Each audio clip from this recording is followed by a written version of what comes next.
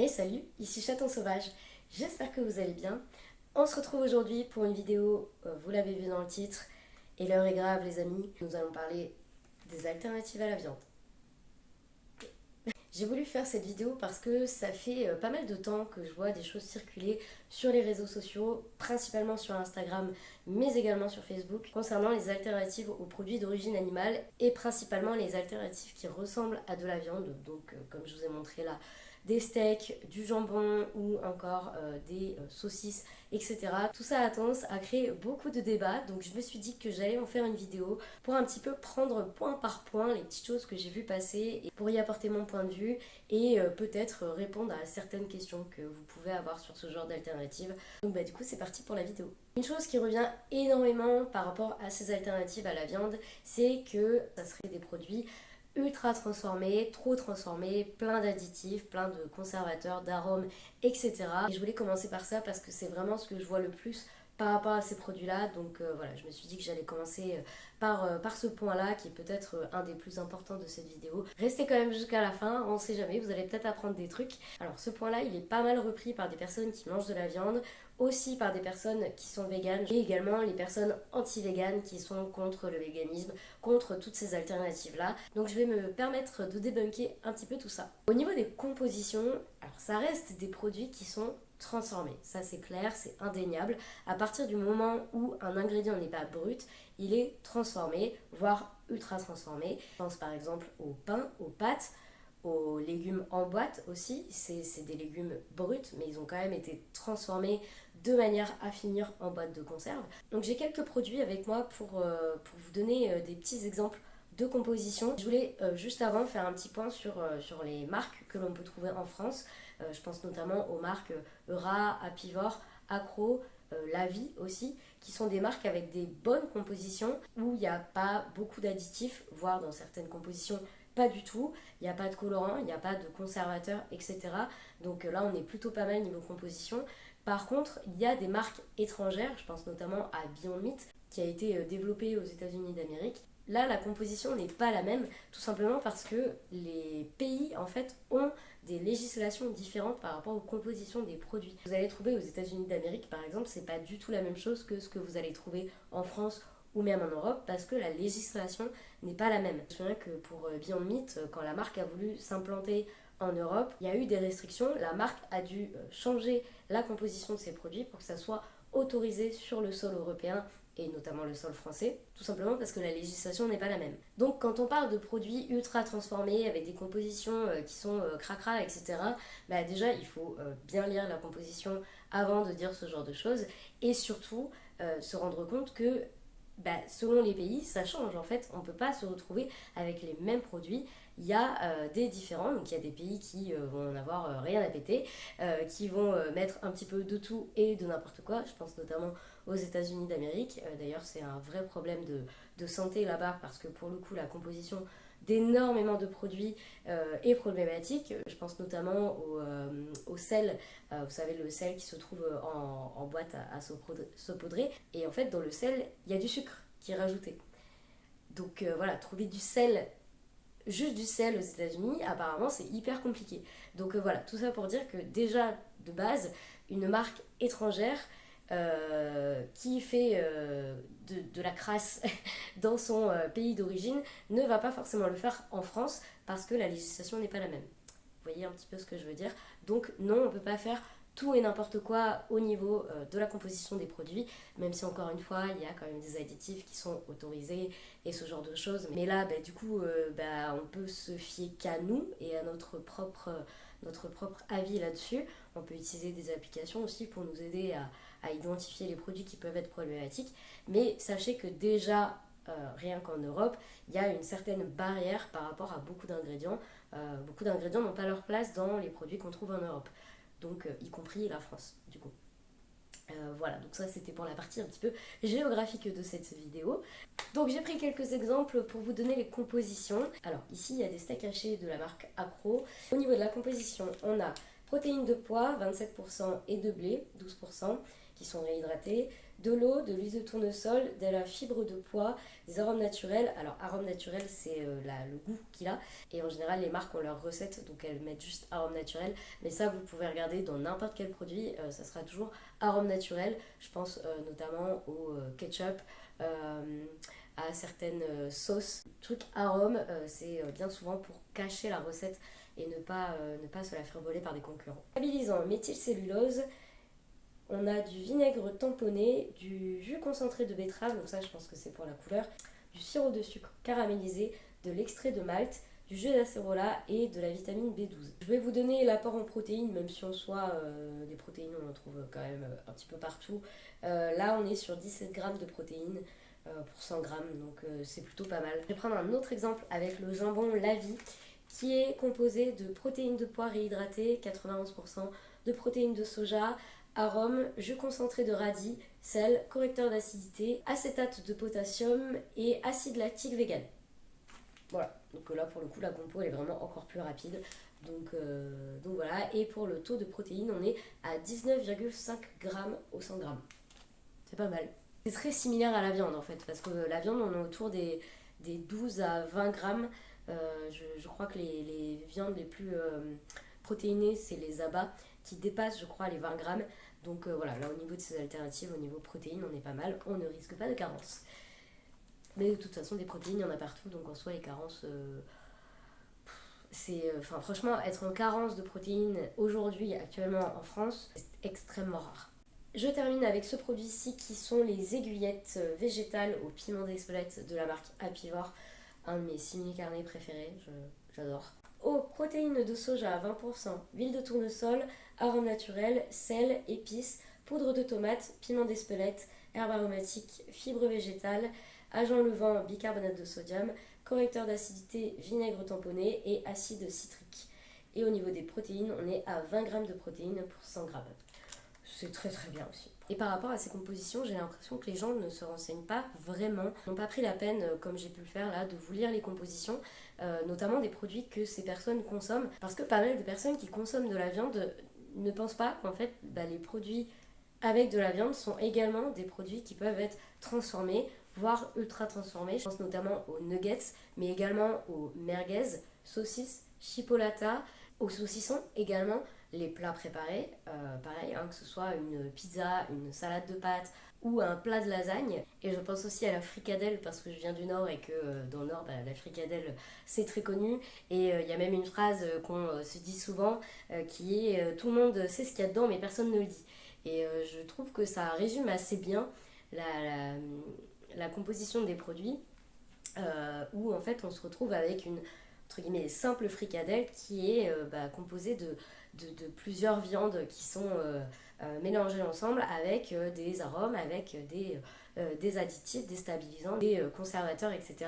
Et je trouve ça assez drôle, entre guillemets, qu'on tape sur des alternatives végétales à la viande, alors que finalement les produits d'origine animale sont également des produits transformés, voire ultra transformés. Il n'y a qu'à voir au niveau des yaourts et des fromages. Mais c'est la même chose en fait. Donc soit toutes les personnes qui nous font ces remarques mangent ultra brut et dans ce cas-là, ok, pas de problème. Mais c'est généralement, je pense, pas le cas.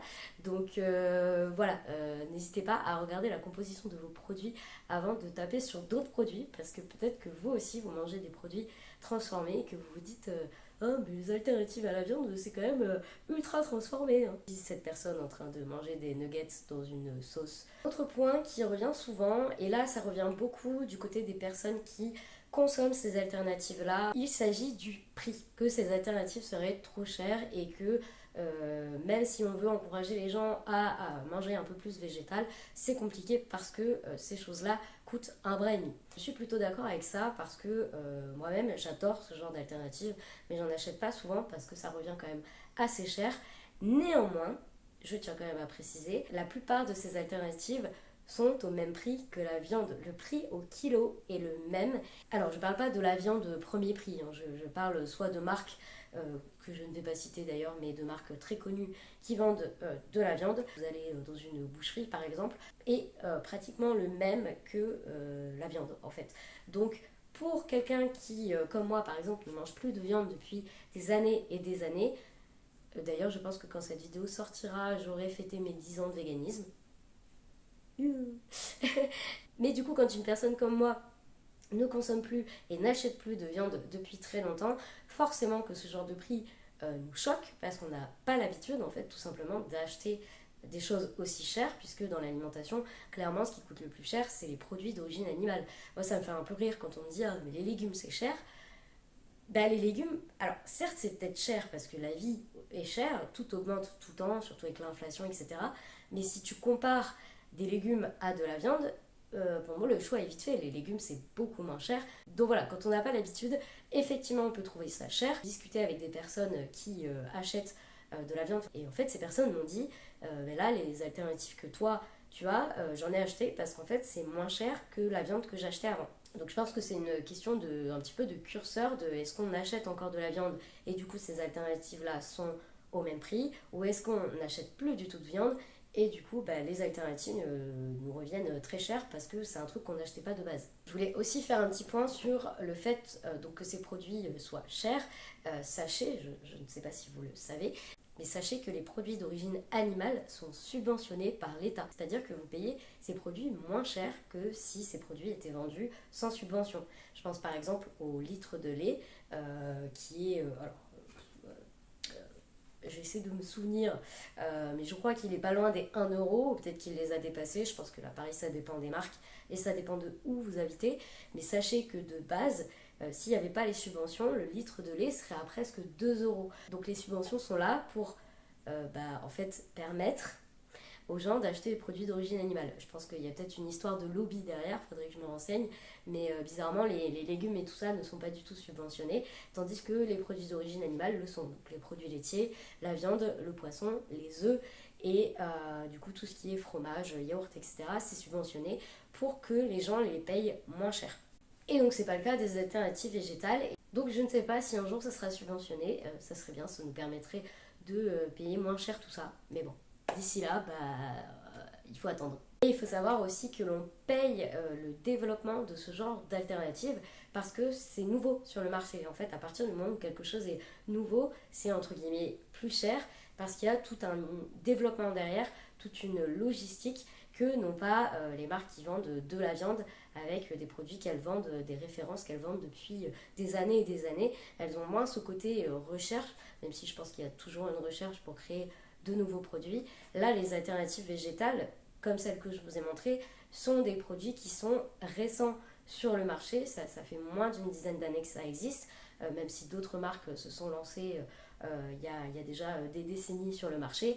Là, ce genre d'alternative, ça reste quand même nouveau et forcément, ça se répercute sur le prix en sachant que la plupart de ces marques sont des marques indépendantes avec des petites productions et que tant que l'offre n'est pas énorme, le coût sera élevé et c'est pour ça que c'est bien d'encourager ce genre d'alternative parce que plus il y aura de demandes, plus il y aura d'offres et moins ça sera cher. Je pense qu'en long terme, ces marques ont envie de se développer et de pouvoir proposer des produits moins chers parce que pour l'instant la demande est en évolution mais ça évolue vraiment petit à petit. Voilà les raisons pour lesquelles ces produits peuvent paraître chers, mais encore une fois, si vous n'achetez pas de viande, forcément qu'acheter quelque chose qui coûte 22 euros au kilo, ça va vous faire cher, vous paraître cher, parce que vous n'avez pas l'habitude d'acheter ce genre de choses. En revanche, une personne qui consomme de la viande, encore une fois, j'ai eu des retours de personnes qui m'ont dit, plutôt que de prendre 2 beefsteaks cette fois-ci, j'ai pris ces steaks-là, c'était le même prix, donc voire même moins cher. Donc voilà. Pour cette partie de la vidéo, je vais m'adresser surtout aux personnes, notamment qui sont véganes et qui ont tendance à malheureusement cracher sur ces alternatives-là et à décourager les personnes qui se tournent vers ce genre d'alternatives.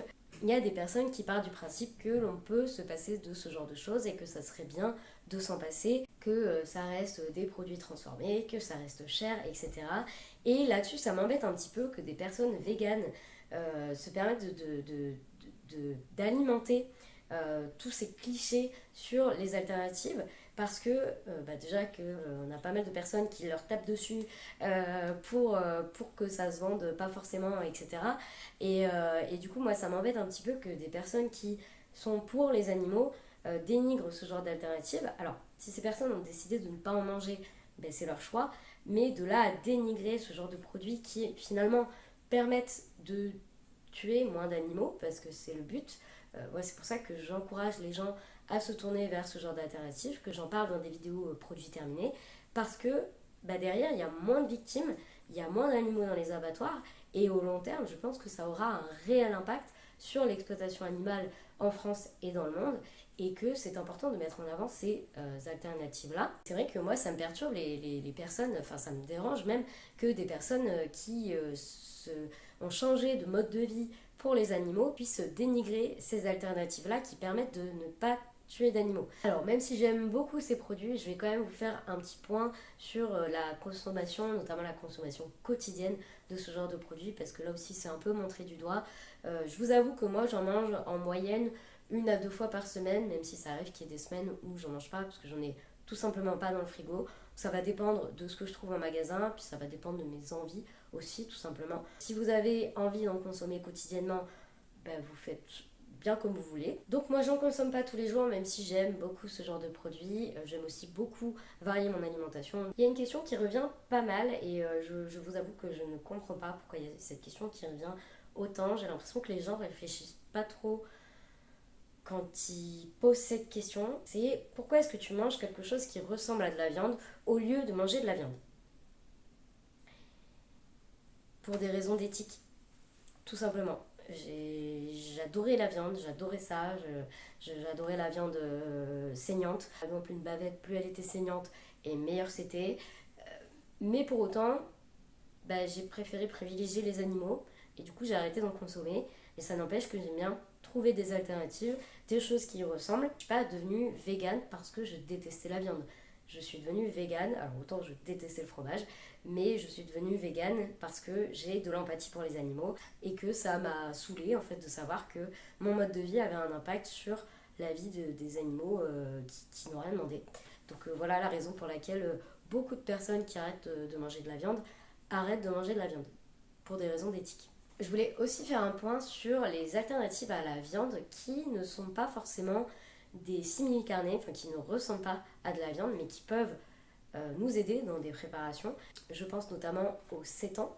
Donc moi j'utilise celui-ci qui est en tranche accompagné de jus et qui est juste excellent. Enfin vraiment il est trop trop bon. Mais il y a également du tofu qui peut être aromatisé, du tofu ou alors du tofu nature, du tofu soyeux pour les préparations type pâtisserie, remplacer les œufs, etc. Il y a également les protéines de soja texturées, les protéines de pois texturées, le tempeh et tout un tas de choses qui permettent de remplacer la viande dans des repas ou juste d'avoir une autre texture, un autre aliment dans notre assiette. Et pour le coup, ces choses-là sont énormément utilisées dans plein de cuisines du monde. Je pense notamment à la cuisine asiatique avec la présence du tofu ou du tempeh, qui sont des aliments qui sont très présents, des fois même dans des plats à base de viande. Donc c'est pas quelque chose de nouveau, c'est peut-être un petit peu nouveau en France, mais ça fait des siècles et des siècles que c'est utilisé dans d'autres cuisines. Et donc ce sont de chouettes alternatives, donc j'avais envie d'en parler. Je voulais également faire un point sur le sétan qui est utilisé dans plusieurs cuisines du monde depuis plus de 2000 ans. Voilà, donc non, c'est pas nouveau. C'est pas, enfin celui-ci je ne sais pas, mais c'est pas quelque chose de nouveau, un peu bobo parisien, je sais pas quoi. Non, au contraire, ça existe depuis des millénaires. Voilà. Et je termine cette vidéo en vous disant que je suis très contente de l'évolution de ces alternatives. Il y en a de plus en plus. Il y a des marques qui se lancent. Alors des fois ça marche, des fois ça marche pas. Mais quand ça marche, c'est génial.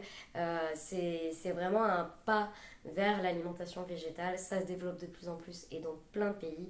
Donc c'est vraiment trop chouette. Il y a une dizaine d'années, il n'y avait pas tout ça. Donc on faisait sans. Aujourd'hui, on peut faire avec et ça permet d'épargner des animaux, donc c'est le principal selon moi. Et puis voilà, c'est vrai que quand, comme moi, on aimait la viande, ça fait plaisir de retrouver des choses qui ressemblent. On n'est pas dans l'obligation d'en manger, on n'est pas dans l'obligation d'en acheter, mais on n'est pas non plus dans l'obligation de devoir s'en passer absolument si on aime ça. Libre à nous de choisir notre alimentation végétale. Je pense que le plus important, c'est vraiment de penser à son impact sur notamment l'environnement, mais aussi sur les animaux parce que ce sont les premières victimes de tout ça. Je vous donne un chiffre pour terminer cette vidéo. Je sais que ça ne sera pas très joyeux, mais je pense que c'est important de le mentionner. Sachez que chaque jour en France, et rien qu'en France, c'est 3,2 millions d'animaux qui sont abattus tous les jours en France. Sans compter les animaux marins. Là, c'est juste les animaux terrestres. Donc les cochons, les poules, les vaches, les moutons, agneaux, veaux, chevaux, canards, chèvres, etc. qui sont abattus quotidiennement. Je ne sais pas si vous vous rendez compte, c'est 3 200 000 animaux par jour. C'est énorme. C'est une cadence infernale. Hein. Voilà. Je ne vais même pas vous donner le chiffre par an dans le monde, parce que là vous faites une syncope et moi aussi. Mais voilà, je voulais terminer par ça.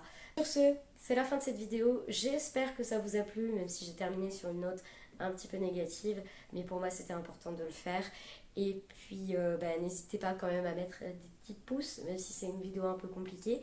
Et à poser vos questions dans les commentaires si vous en avez. Et puis on se retrouve la semaine prochaine pour une nouvelle vidéo. C'était Chaton Sauvage.